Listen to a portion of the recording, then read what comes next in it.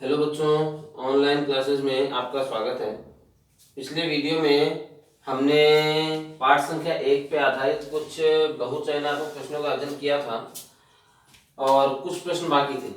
अब आगे वाले प्रश्नों को और हल करने का हम प्रयास करते हैं।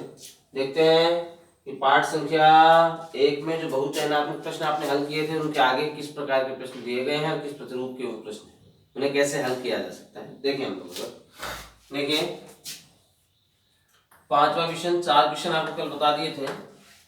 तो अगर कोई सवाल कोई प्रश्न आपको नहीं समझ में आया हो कमेंट सेक्शन में आप बता सकते हैं, मैं आपको सवाल वापस से बता दूंगा। देखिए पाठ संख्या 5, दो समान गोले जिन पर विपरीत तथा असमान आवेश हैं परस्पर 90 सेंटीमीटर की दूरी पर रखे हुए हैं, इनको परस्पर स्पर्श करवाकर पुनः उतनी ही दूरी पर रख दिया जाए उतनी ही दूरी पर रख दिया जाता है तो वे परस्पर 0.25 न्यूटन का बल अनुभव करते हैं। 0.25 न्यूटन का बल से प्रतिकर्षित करने लगते हैं। दोनों का अंतिम आवेश क्या होगा ये हमें ज्ञात करना है। बोला गया है कि दो गोले हैं जिन पर विपरीत और असमान आवेश है, मतलब दोनों गोलों पर असमान आवेश है। पहले गोले पे आवेश है Q1 और दूसरे गोले पे आवेश है Q2, ठीक है ना। उन दोनों के बीच की जो दूरी है वो 90 सेंटीमीटर आपको दी गई है और इन्हें स्पर्श करवा के आपने उतनी ही दूरी पर वापस से रख दिया और इस स्थिति में जो बल लगता है इनके बीच में वो 0.025 न्यूटन का लगता है। देखिए जैसे ये दो गोले आपको दिए गए हैं और इन दोनों गोलों के बीच की जो दूरी है ये मान लिया आपने, और ये दूरी हमारे पास में कितनी है 90 सेंटीमीटर है। इस पे आवेश का मान Q1 है और इस पे आवेश का मान Q2 है। तो यहाँ से अगर हम देखें तो R का मान तो हमारे पास में कितना है 90 सेंटीमीटर। तो 90 और गुणा में सेंटीमीटर को मीटर में चेंज किया, 10 की घात -2 से गुणा कर दिया, 9 गुणा 10 की घात -1 मीटर, ठीक है। अब आपने बोला है कि दोनों गोलों को परस्पर स्पर्श करवाकर अलग अलग रख दिया जाता है। तो देखिए आपको बताया गया था दोनों गोले समान हैं, दो समान धातु के गोले हैं, मतलब एक ही धातु के बने हुए गोले हैं और उनको आपने परस्पर स्पर्श करवाया है। तो आप देखिए दो प्रकार आवेशन की तीन विधियां देखी थी आपने, एक तो स्पर्श द्वारा आवेशन, दूसरा था घर्षण द्वारा आवेशन और तीसरा था प्रेरण द्वारा आवेशन। तो घर्षण इस स्पर्श द्वारा आवेशन में आपने क्या बोला था, यदि दो गोले हैं इन्हें परस्पर स्पर्श संपर्क में लाया जाता है, स्पर्श करवाया जाता है, तो स्पर्श करवाते ही इन पे जो आवेश होता है वो एक समान रूप से वितरित हो जाता है। लेकिन उसकी शर्त क्या है, इन गोलों के आकार समान होने चाहिए और इनके पदार्थ समान होने चाहिए।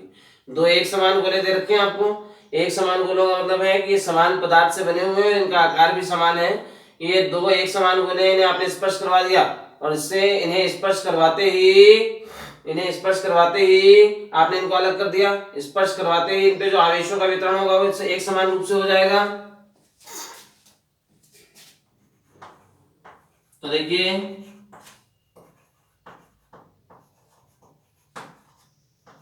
स्पर्श करवाने पर दोनों गोलों पर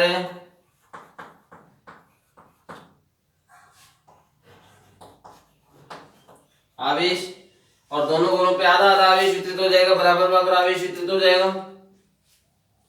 तो पहले वाले गोले पे जो आवेश था वो क्या था, पहले Q1 और दूसरे गोले पे आवेश था Q2, इन दोनों का योग करके 2 का भाग दे दो। ये आधा आधा आवेश जो है दोनों गोलों पर प्रत्येक गोले पर वितरित हो जाएगा और प्रत्येक गोले पर वितरित आवेश जो है हमने क्या ले लिया, अभी कैपिटल Q ले लिया, ठीक है। अब इनके बीच में लगने वाला जो विद्युत बल है F, इसका मान हमें दिया गया है 0.025 न्यूटन, ठीक है।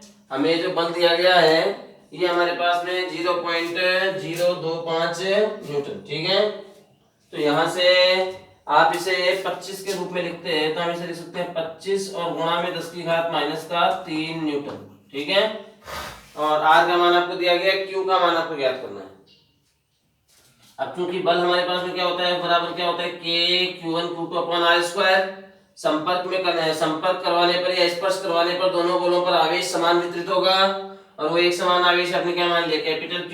तो कैपिटल Q और दूसरे का भी आवेश क्या हो गया, कैपिटल Q और अपॉन में R का स्क्वायर।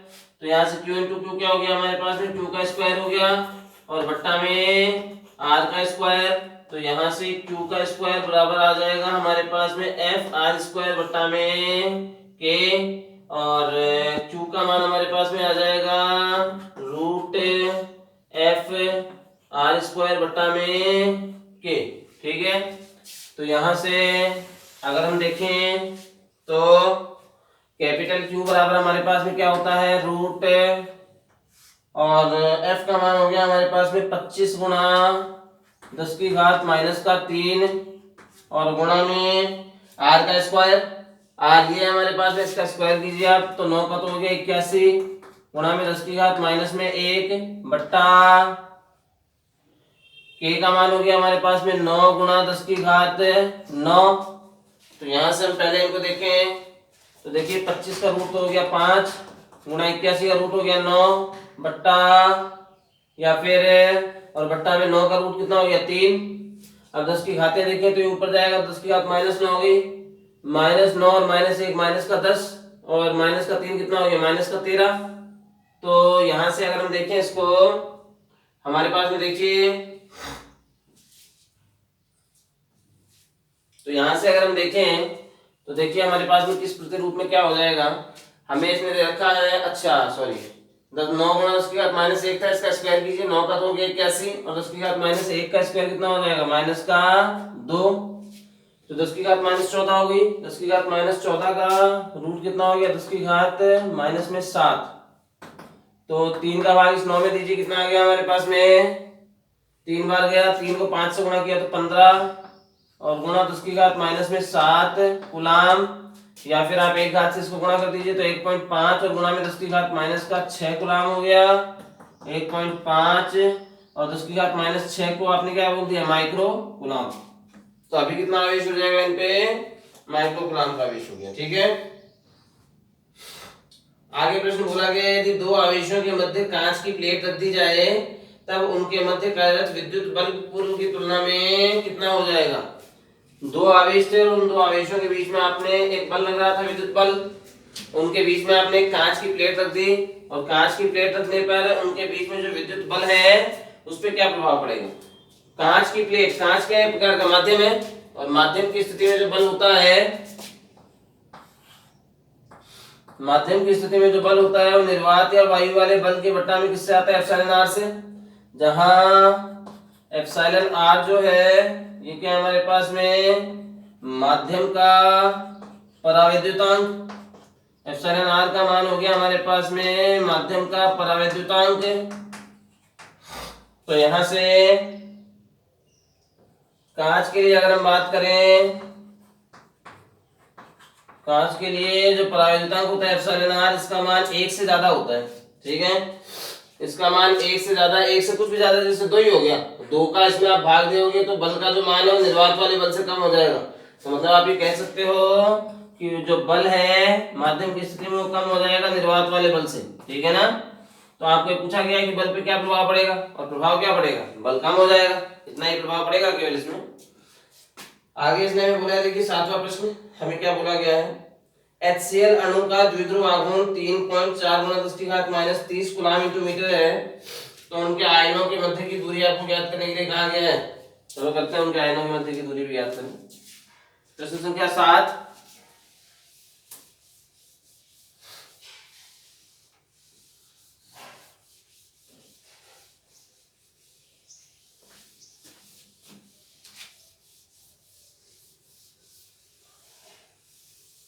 तो यहां से 7वां प्रश्न देखिए आपको बोला गया है कि HCl जो है इसका द्विध्रुव आघूर्ण जो है 3.4 गुणा 10 की घात माइनस में 30 कूलम इंटू मीटर है। P का मान द्विध्रुव आघूर्ण यानी P का मान आपको दिया गया है और वो है हमारे पास में 3.4 और गुणा में 10 की घात माइनस में 30 कूलम इंटू मीटर है। आगे अगर हम देखें हमारे पास में हो जाएगा, आगे इनके आयनों के मध्य की दूरी आपको ज्ञात करनी है और द्विध्रुव के दोनों आवेशों के बीच की जो दूरी होती है 2a, ये हमें ज्ञात करनी है। आवेश का मान HCl में वे आवेश का मान देखिए, हाइड्रोजन के पास में एक, इस पे तो प्लस में आ जाता है आवेश, आंशिक धनावेश आ जाता है और क्लोरीन पर आंशिक ऋणावेश आ जाता है, क्योंकि इस पे एक इलेक्ट्रॉन था वो किसने ले लिया, क्लोरीन ने ले लिया। ठीक है ना। उप से संयोजक बंध बनता है यहाँ पे, मतलब कितने कौन से आवेश का स्थानांतरण हो रहा है, एक इलेक्ट्रॉन के आवेश का स्थानांतरण हो रहा है। तो यहाँ पे Q का मान एक इलेक्ट्रॉन के आवेश के समान होगा 1.6 गुणा 10⁻⁻19 कूलम। ठीक है। अगर प्रकृति देखनी होती तो ऋणात्मक चिन्ह आता है इलेक्ट्रॉन के आवेश का, वो भी हम लगा सकते थे, लेकिन हमें दिशा और प्रकृति के बारे में नहीं बोला गया, कोई शर्त नहीं बताई गई है। तो आगे देखिए इसमें अगर है तो यहाँ से चूंकि हमें पता है P बराबर क्या होता है Q इंटू में 2A, तो यहाँ से 2A बराबर आ जाएगा P अपॉन में Q। तो P का मान है हमारे पास में 3.4 गुणा 10⁻⁻30 बट्टा, और Q का मान है हमारे पास में 1.6 गुणा 10⁻⁻19। तो हम इसे हल करते हैं 10⁻⁻30 में 10⁻19 ऊपर लेके जाओ तो प्लस में हो जाएगा, और 10⁻19 को घटा दो आप -30 में से, तो 10⁻- की तो 11 बच गई। तो फिर 1.6 का आपने भाग दे दिया 3.4 में, तो देखिए 1.6 का जब हम 3.4 में भाग देते हैं तो हमारे पास में आता है 2.12 और गुणा में 10 की घात बचती है -11 मीटर। ठीक है। 8वां प्रश्न देखिए हम लोग, अगर इसमें अगला क्या बोला गया है हमें देखिए। 8वां सवाल है एक इलेक्ट्रॉन और एक प्रोटॉन समरूप विद्युत क्षेत्र में स्थित है तो उनके त्वरण का अनुपात क्या होना चाहिए। एक इलेक्ट्रॉन है और एक प्रोटॉन है, वो समरूप विद्युत क्षेत्र यानी एक समान विद्युत क्षेत्र में स्थित हैं, तो उनके त्वरण का अनुपात क्या होना चाहिए। त्वरण यानी F A का मान आपको ज्ञात करना है, क्योंकि F बराबर हमारे पास में क्या होता है ma, तो यहाँ से A बराबर आ जाएगा हमारे पास में F अपॉन m। F का मान हो गया हमारे पास में Q इंटू E अपॉन में स्मॉल m। तो इलेक्ट्रॉन के लिए अगर हम बात करें तो इलेक्ट्रॉन के लिए अगर हम बात करते हैं तो त्वरण आपने देख लिया इलेक्ट्रॉन का, तो AE बराबर Q यानी आवेश इलेक्ट्रॉन का आ गया, कैपिटल E विद्युत क्षेत्र, तो दोनों के लिए एक समान है, और बट्टा में द्रव्यमान आ जाएगा इलेक्ट्रॉन का। ठीक है। ऐसे ही प्रोटॉन के लिए अगर हम बात करें तो देखिए प्रोटॉन के लिए अगर हम बात करते हैं तो ये A जो है ये किसका आ गया, प्रोटॉन का आ गया, बराबर Q यानी आवेश आ जाएगा प्रोटॉन का, जो कि इलेक्ट्रॉन के आवेश के समान होता है। विद्युत क्षेत्र उतना ही है जितना इलेक्ट्रॉन के लिए था, बट्टा में द्रव्यमान आ गया हमारे पास में प्रोटॉन का। अब इनका अनुपात आपको ज्ञात करना है। पहले कौन से अनुपात के लिए बोला है देख लेते हैं हम लोग। हमें बोला गया है कि एक इलेक्ट्रॉन और एक प्रोटॉन का विद्युत क्षेत्र इनके लिए समान है, तो इनके त्वरण का अनुपात आपको ज्ञात करना है। पहले इलेक्ट्रॉन का नाम बोला गया, तो इसलिए इलेक्ट्रॉन का त्वरण बट्टा में प्रोटॉन का त्वरण। अब यहाँ से इलेक्ट्रॉन वाला त्वरण है हमारे पास में small e capital E upon में me, और प्रोटॉन के लिए त्वरण का मान है हमारे पास में स्मॉल e कैपिटल E और अपॉन वाला mp आ गया हमारे पास में ऊपर है, तो यहाँ से ae अपॉन में ap बराबर आ जाएगा हमारे पास में mp अपॉन में me, ये आ जाएगा हमारे पास में। मतलब इलेक्ट्रॉन और प्रोटॉन के त्वरण का जो अनुपात है वो इनके द्रव्यमानों के अनुपात का व्युत्क्रम होता है, उल्टा होता है, क्योंकि इलेक्ट्रॉन का त्वरण ऊपर आया तो इलेक्ट्रॉन का द्रव्यमान नीचे आया यहाँ पे। ठीक है। और अगला प्रश्न देखें हम लोग इसमें। किसी वर्ग के चारों कोनों पर समान परिमाण के सजातीय आवेश रखे हैं। समान परिमाण है और सजातीय आवेश है, मतलब उनकी प्रकृति भी समान है, या तो सारे आवेश प्लस में है या तो सारे आवेश माइनस में। चारों के चारों आवेश सजातीय आवेश हैं, परिमाण भी समान दे रखा है उनका। तो किसी वर्ग के चारों कोनों पर समान परिमाण के सजातीय आवेश स्थित हैं। यदि किसी एक आवेश के कारण वर्ग के केंद्र पर विद्युत क्षेत्र की तीव्रता कैपिटल E है, यदि किसी एक आवेश के कारण वर्ग के केंद्र पर विद्युत क्षेत्र की तीव्रता कैपिटल E है, तो वर्ग के केंद्र पर परिणामी विद्युत क्षेत्र की तीव्रता क्या होगी। चलो देखते हैं। 9वां प्रश्न, एक वर्ग आपको दिया गया है, देखिए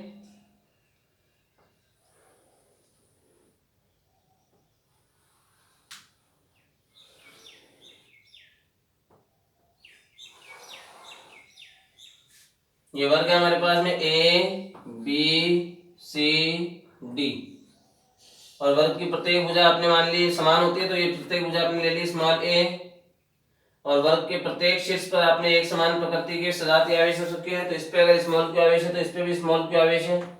इस पे भी स्मॉल q आवेश और इस पे भी स्मॉल q आवेश है, मतलब इनका परिमाण भी समान है और इनकी प्रकृति भी समान है। सारे प्लस में ले लिए, सारे माइनस में भी ले सकते थे आप, ठीक है। वर्ग के केंद्र पर आपको विद्युत क्षेत्र देखना है। एक आवेश के कारण से वर्ग के केंद्र पर विद्युत क्षेत्र प्लस में E है, तो इसके कारण से अगर विद्युत क्षेत्र E उत्पन्न होता है केंद्र पर, तो इसके कारण भी E ही उत्पन्न होगा, इसके कारण भी E विद्युत क्षेत्र उत्पन्न होगा, इसके कारण भी E विद्युत क्षेत्र उत्पन्न होगा। विद्युत क्षेत्र ज्ञात करने का कारण बता देता हूं अभी आपको, क्यों एक समान विद्युत क्षेत्र क्यों उत्पन्न होंगे। विद्युत क्षेत्र ज्ञात करने के लिए सूत्र क्या होता है, KQ/R², ये KQ/R² तो होता है। तो उसको अगर हम देखें, देखिए जैसे ये हमारे पास में है केंद्र, प्लस वाले आवेश के लिए जो विद्युत क्षेत्र है वो बहिर्मुखी हो गया ऐसे, तो ये हो गया E किसके लिए, A के लिए, और ऐसे ही C के लिए विद्युत क्षेत्र जो है ये भी बहिर्मुखी हो गया ऐसे, तो ये किसके लिए हो गया, C के लिए हो गया। इनके मान अगर हम ज्ञात करें तो हमारे पास में देखिए क्या हो जाएगा, विद्युत क्षेत्र ज्ञात करने के लिए सूत्र क्या होता है हमारे पास में, KQ/R², तो EA बराबर हमारे पास में क्या हो जाएगा, K और Q/R²। इस बिंदु पे आपको विद्युत क्षेत्र ज्ञात करना है, तो इस बिंदु की इस आवेश से दूरी, A वाले आवेश से दूरी, ये दूरी ज्ञात करनी है आपको, ये दूरी चाहिए आपको। वर्ग है, वर्ग के विकर्ण का मान क्या होता है, √2 गुना ऊर्जा, तो इस पूरे विकर्ण का मान कितना हो गया, √2a, ये इस पूरे विकर्ण का आधा है, तो √2a का आधा कर दो आप, √2a का आधा कर दो आप, तो कितना आ गया, a/√2, ठीक है। तो हमारे पास में दूरी सात चारों ही आवेशों के लिए कितनी आ जाएगी, a/√2 आ जाएगी, आगे a/√2 और इसका स्क्वायर हो गया। ऐसे ही C वाले आवेश के कारण से विद्युत क्षेत्र क्या हो जाएगा, KQ में, और दूरी वही होगी a/√2 का स्क्वायर, और दिशा देखो आप इसमें A से O की दिशा में, ये O हो गया, AO की दिशा में, और यहाँ पे जो दिशा है वो उल्टी हो गई, AO की तुलना में CO की दिशा में हो गई क्या, मतलब ये EA और ये जो EC है ये दोनों परिमाण में समान है और दिशा में विपरीत है, इसलिए परस्पर निरस्त हो जाएंगे और इनका परिणाम में विद्युत क्षेत्र शून्य हो गया। ऐसे ही B वाले आवेश के कारण से, इस D वाले के कारण से हम विद्युत क्षेत्र देखें, तो D वाले आवेश के कारण से इस पे विद्युत क्षेत्र हो गया बहिर्मुखी ED, और B वाले आवेश के कारण विद्युत क्षेत्र बहिर्मुखी हो गया EB। तो विद्युत क्षेत्र ज्ञात करने के लिए व्यंजक हमारे पास में देखिए, EB बराबर हमारे पास में क्या आ जाएगा, K और Q/R², दूरी तो यही है a/√2, तो इसका स्क्वायर हो गया, और इसके लिए B वाले विद्युत क्षेत्र के लिए दिशा क्या हो गई, B से O की दिशा में, तो BO क्या दिशा आ गई, और ऐसे ही D वाले के कारण विद्युत क्षेत्र हो जाएगा KQ में, दूरी यही है a/√2 का होल स्क्वायर, और इसकी दिशा BO की तुलना में उल्टी हो गई, DO की अनुदिश हो गई। तो हम यहाँ से बोल सकते हैं कि EA और EC परस्पर समान है, परिमाण में समान और दिशा विपरीत है, और इसी प्रकार EB व ED भी परिमाण में समान व दिशा में विपरीत है, और इस कारण से परस्पर निरस्त हो जाते हैं, जिससे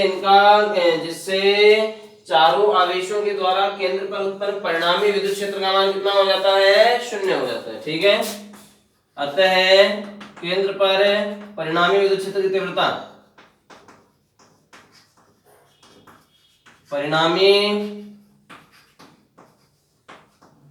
विद्युत क्षेत्र की तीव्रता, ठीक है, केंद्र पर परिणामी विद्युत क्षेत्र की तीव्रता अगर हम देखें आगे इसमें तो क्या होता है, किस प्रकार से होता है, देखिए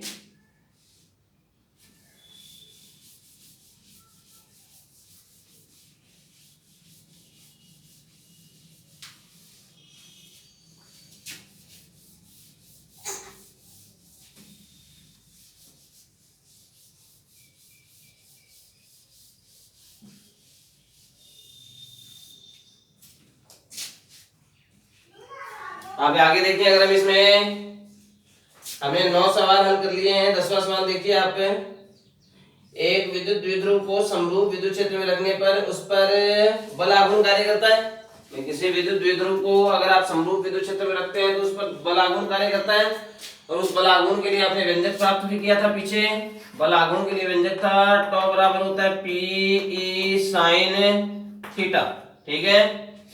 आगे अगर अपन देखते हैं इसमें तो हमारे पास में क्या होगा, 11वां सवाल देखिए कि विद्युत क्षेत्र में द्विध्रुव पर बल आघूर्ण का मान अधिकतम होना चाहिए।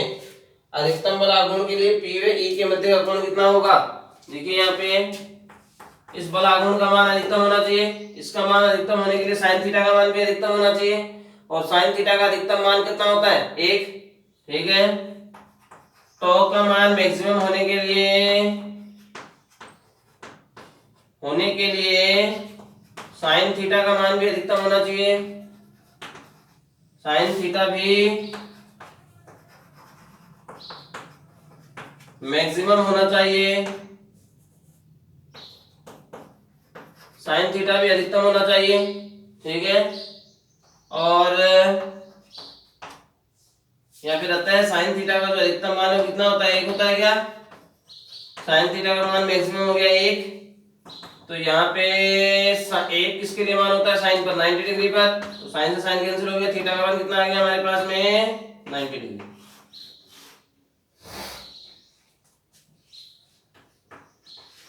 अगला देखिए हम लोग इसमें प्रश्न क्या होता है, किस प्रकार से होता है। एक इलेक्ट्रॉन व प्रोटॉन 1 एंगस्ट्रॉम की दूरी पर स्थित है, निकाय का द्विध्रुव आघूर्ण क्या होना चाहिए हमें ज्ञात करना है। एक इलेक्ट्रॉन है और एक प्रोटॉन है, 1 एंगस्ट्रॉम की दूरी पर स्थित है, इलेक्ट्रॉन और प्रोटॉन दोनों पे आवेश समान होता है और उस आवेश का परिमाण हो गया हमारे पास में 1.6 × 10 - 19 कूलम। इनके बीच की दूरी हमने मान ली 2a होती है, जो कि हमारे पास में हमें दे रखी है 1 एंगस्ट्रॉम यानी 10 मीटर है। हमें द्विध्रुव आघूर्ण का मान ज्ञात करना है, P बराबर होता है Q * में 2a, तो 1.6 × 10 - 19 गुणा 2a का मान हो गया 10 - 10, तो यहाँ से आ गया 1.6 × 10 - 29 कूलम × मीटर, ठीक है। अब यहाँ से अगर हम देखें, तो 13वां सवाल देखिए, एक विद्युत द्विध्रुव के कारण अनुदैर्ध्य तथा अनुप्रस्थ स्थितियों में समान दूरी पर स्थित प्रेक्षण बिंदु पर विद्युत क्षेत्र की तीव्रताओं का अनुपात ज्ञात कीजिए। आपको बोला गया है कि अनुदैर्ध्य और अनुप्रस्थ स्थितियों पर विद्युत क्षेत्र की तीव्रताओं का मान ज्ञात कीजिए, जबकि आपको ये बोला गया है जबकि दूरी जो है वो प्रत्येक स्थिति में समान, अनुदैर्ध्य स्थिति के लिए भी उतनी है, अनुप्रस्थ स्थिति के लिए भी उतनी है, ठीक है ना। देखो E का मान अनुदैर्ध्य स्थिति में, अनुदैर्ध्य मतलब अक्षीय स्थिति में जो विद्युत क्षेत्र होता है वो हमारे पास में क्या होता है 2kp/r का क्यूब। दूरी दूसरी में भी इतनी है, अनुप्रस्थ का मतलब क्या होता है निरक्षीय स्थिति में, तो E अनुप्रस्थ का मान आप अनुप्रस्थ स्थिति में ज्ञात कर रहे हो, तो निरक्षीय स्थिति में अगर हम देखें तो हमारे पास में हो जाएगा kp/r का क्यूब। इनका अगर हम अनुपात ज्ञात करें तो E अनुदैर्ध्य स्थिति में बट्टा कैपिटल E का मान अनुप्रस्थ स्थिति में बराबर kp/r³ से kp/r³ कैंसिल हो गया और अनुपात आ जाएगा 2:1। उसके बाद में हमें आगे बोला गया है कुछ दूरी पर स्थित 5 माइक्रोकूलम और -5 माइक्रोकूलम आवेशों के मध्य 9 न्यूटन का आकर्षण बल कार्यरत है। इन आवेशों को परस्पर स्पर्श करवाकर पुनः उतनी ही दूरी पर रखने पर उनके मध्य कार्यशील बल का मान कितना हो जाएगा। आपसे बोला गया है कुछ दूरी पर आपने दो आवेश रखे हैं, एक तो प्लस का 5 माइक्रोकूलम है और दूसरा माइनस का 5 माइक्रोकूलम है। तो यहाँ से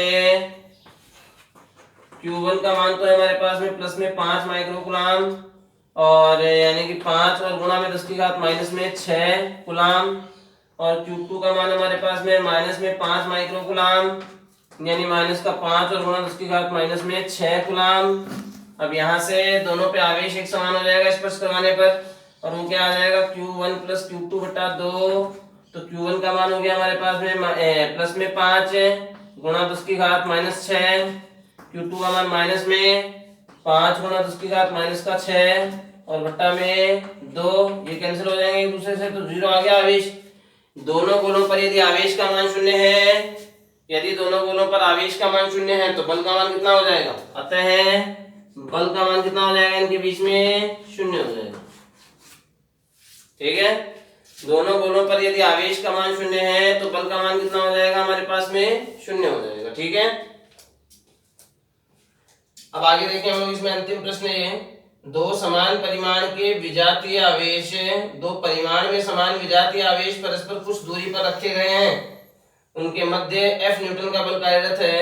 यदि एक आवेश का 75% हिस्सा दूसरे आवेश को स्थानांतरित कर दिया जाता है तो उनके मध्य बल जो है वो पूर्व बल का कितना गुना हो जाएगा। दो परिमाण में समान है और विजातीय आवेश आपको दिए गए हैं, समान परिमाण के विजातीय आवेश आपको दिए गए हैं। हालांकि ऋणात्मक चिन्ह तो बल की गणना के लिए प्रयुक्त नहीं किया जाएगा, बल नहीं, किसी भी सदिश राशि की गणना के समय ऋणात्मक चिन्ह प्रयुक्त नहीं किया जाता है, बस खाली प्रकृति होती है तो उसकी प्रकृति और दिशा जो है वो हम अलग से लिख देते हैं। ठीक है, ये बोला गया है कि अंतिम प्रश्न है, बहुचयनात्मक प्रश्नों का अंतिम है। ये आपको बोल रखा है कि दो परिमाण में समान विजातीय आवेश हैं, मतलब Q1 और Q2 दोनों के मान कितने दे रखे हैं, आपको Q दे रखे हैं। ठीक है, तो Q1 का मान बराबर है किसके, Q2 के, बराबर आपने मान लिया Q के। इनके मध्य की दूरी R है तो इसलिए F का मान हमारे पास में कितना आ जाएगा, K, Q1 का मान Q इंटू Q2 का मान भी Q, तो Q इंटू Q क्या हो गया हमारे पास में, Q का स्क्वायर और बटा में R का स्क्वायर। और ये जो बल है ये कैसा लगेगा, आकर्षण बल लगेगा, क्योंकि ये आवेश कैसे दे रखे हैं आपको, विजातीय आवेश है, मतलब एक प्लस का है तो दूसरा माइनस का है, विपरीत जाति के आवेश है। अब आपने बोला है कि किसी एक आवेश का 75% जो है वो आपने दूसरे आवेश को दे दिया, तो 75% देखते हैं हम लोग इसका। तो स्मॉल q का 75% बराबर स्मॉल q गुणा में 75/100, 25 से काट दीजिए तो 3/4 हो गया ये, और इंटू में स्मॉल q। ठीक है ना, ये स्मॉल q का 75% हो गया, इसलिए Q1 का जो मान है अभी हमारे पास में वो कितना हो जाएगा भाई, पहले आवेश से तो 75% आपने कम कर दिया, एक से 75% लेके दूसरे को दे दिया, एक से आपने 75% ले लिया तो इसका मान था Q, इससे आपने 75% ले लिया, यानी 3/4 Q ले लिया, तो गणना करेंगे तो 1/4 Q आ जाएगा हमारे पास में। और ये जो लिया गया आवेश है आपने दूसरे वाले को दे दिया, तो इसमें आप जोड़ दो ये 3/4 Q, और बराबर आ जाएगा हमारे पास में 7/4 Q। ठीक है, अतः इनके मध्य जो बल है वो F डैश मान लिया आपने, F डैश का मान हमारे पास में आ जाएगा K Q1 dash Q2 dash बट्टा R का स्क्वायर। दूरी में परिवर्तन नहीं हुआ इनके बीच की, तो यहाँ से K और अपॉन वाला R का स्क्वायर इंटू में Q1 डैश का मान हमारे पास में हो गया 1/4 Q इंटू में 3/4 Q। और यहाँ से अगर अपन देखें तो 3 को 1 से गुणा कीजिए, हमारे पास में आ गया 3 बट्टा में 4 को 4 से गुणा किया तो 16, और इंटू में K Q इंटू Q क्या हो गया, Q का स्क्वायर बट्टा में R का स्क्वायर बराबर 3/16, ये F डैश का मान है 3/16, K Q square upon R square, K Q square upon R square किसका मान था, F का, मतलब पहले वाले बल की तुलना में कितना हो गया, 3/16 गुना हो गया। ठीक है, अर्थात इस स्थिति में पहले वाले बल की तुलना में कितना हो जाएगा, ये 3/16 गुना हो जाएगा। ठीक है, तो कहने का अभिप्राय है कि इस स्थिति में बल का मान कम हो जाता है। ठीक है, इस स्थिति में 3/16 गुना हो जाता है हमारे पास में बल का मान। देखते हैं हम लोग यहाँ पे,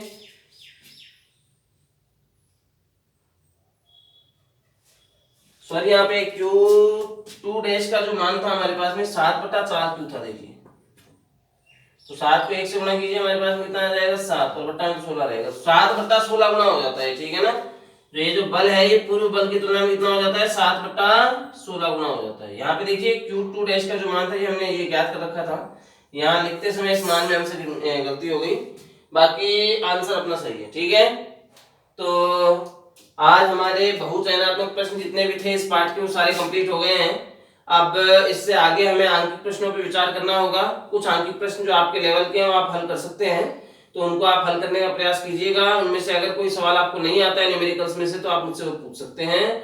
और बताए गए इन प्रश्नों में जो बहुचयनात्मक प्रश्न है, जो वस्तुनिष्ठ प्रश्न है, इनमें से आपको कोई प्रश्न नहीं आता है तो वो भी आप पूछ सकते हैं। कमेंट सेक्शन में बता दीजिएगा, जो सवाल आपको नहीं आता है वो हम दोबारा बता देंगे। धन्यवाद।